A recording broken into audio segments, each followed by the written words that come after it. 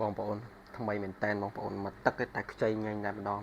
សូម្បីឡាយកាមេរ៉ានេះអត់ទាន់បកប្រើផងនិយាយទៅអ្នកប្រើមុនហ្នឹងប្រើបានតិចតួចសាកថ្មបានតិចដងហើយអានេះ i7 13ខ្ញុំលក់ស្មើនឹងតម្លៃគេលក់ i5 13ទេតែនេះ i7 ណាបងប្អូន VGA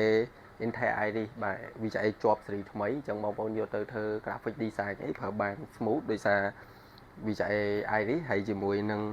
spec បងប្អូន i7 13បាទ spec ដើមគេហ្នឹងហើយ storage 512GB អាចថែមថយបាន